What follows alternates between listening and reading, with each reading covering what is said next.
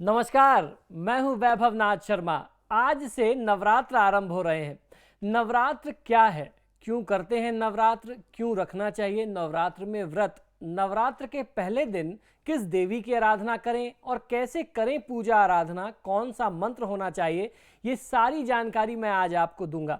मैं आपको ये भी बताऊंगा कि किस प्रक्रिया, किस विधि से आप नवरात्र में देवी के अलग अलग स्वरूपों की अलग अलग दिन में आराधना करें। और साथ ही साथ इस बार मैं आपके लिए बहुत ही खास चीज लेकर के आया हूं।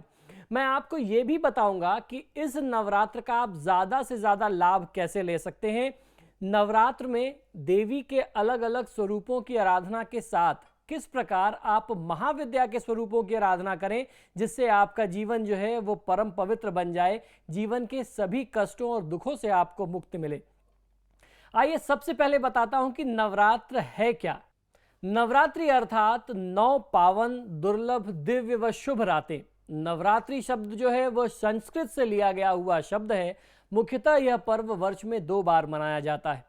शक्ति की उपासना का यह पर्व चैत्रीय नवरात्र प्रतिपदा से नवमी तक निश्चित 9 तिथि, 9 नक्षत्र, 9 शक्तियों की नवदा भक्ति के साथ सनातन काल से ही मनाया जाता रहा है।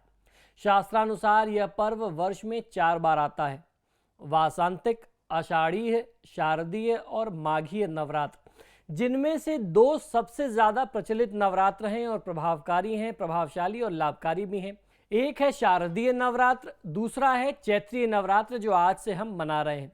बाकी दो जो नवरात्र हैं उन्हें गुप्त नवरात्र कहते हैं, क्योंकि उनका विधान या उनकी जानकारी या उनका प्रचलन आम जनमानस में कम ही है। इसका कारण यह है, इसीलिए इन्हें गुप्त कहा गया। और इसको सबसे ज़्यादा मनाते हैं जो साधक होते हैं, देवी की उपासना शक्ति साधना करते हैं, जो साधक तपस्वी होते हैं, संत होते हैं, वो उन गुप्त नवरात्रों में अपनी साधना अवश्य करते हैं। इसमें तंत्र क्रियाएं बहुत ज़्यादा होती हैं।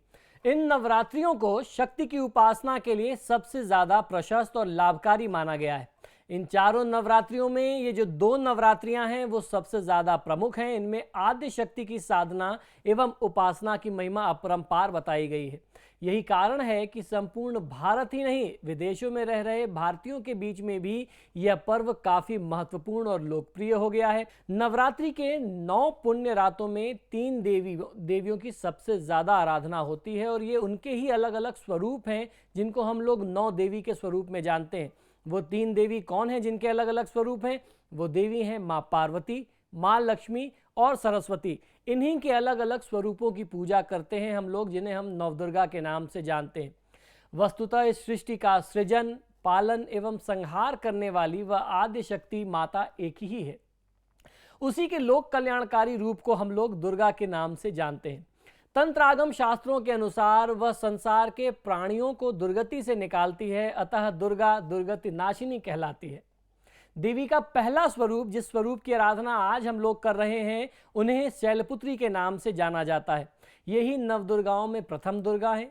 पर्वतराज हिमालय के घर में पुत्री के रूप में उत्पन्न होने के कारण या जन्म लेने के कारण इनका नाम शैलपुत्री पड़ा था। नवरात्रि पूजन के प्रथम दिन इन्हीं की पूजा और उपासना की जाती है। इस प्रथम दिन में, आज के दिन में, जो भी उपासना में योगी अपने मन को मूलाधार चक्र में स्थापित करते हैं।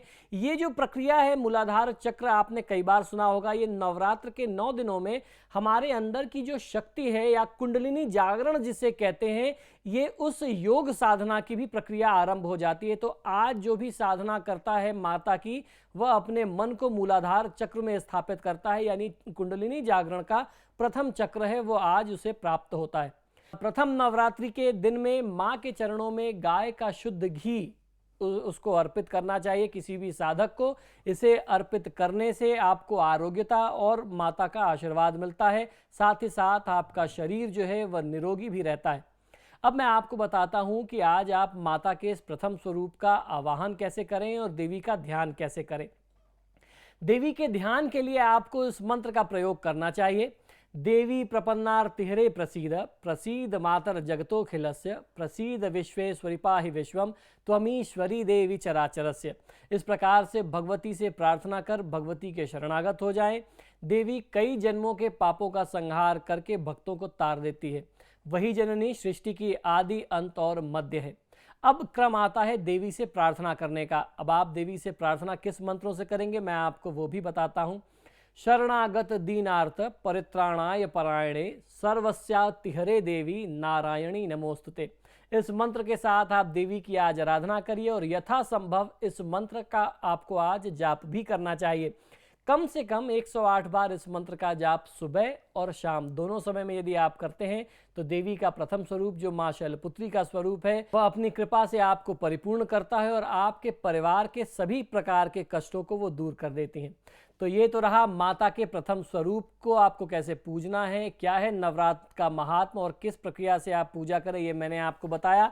साथ ही साथ मैं आपको आज ये भी जानकारी दूंगा कि आप महाविद्या के किस स्वरूप की आराधना करें और उनकी साधना और आराधना प्रक्रिया क्या हो।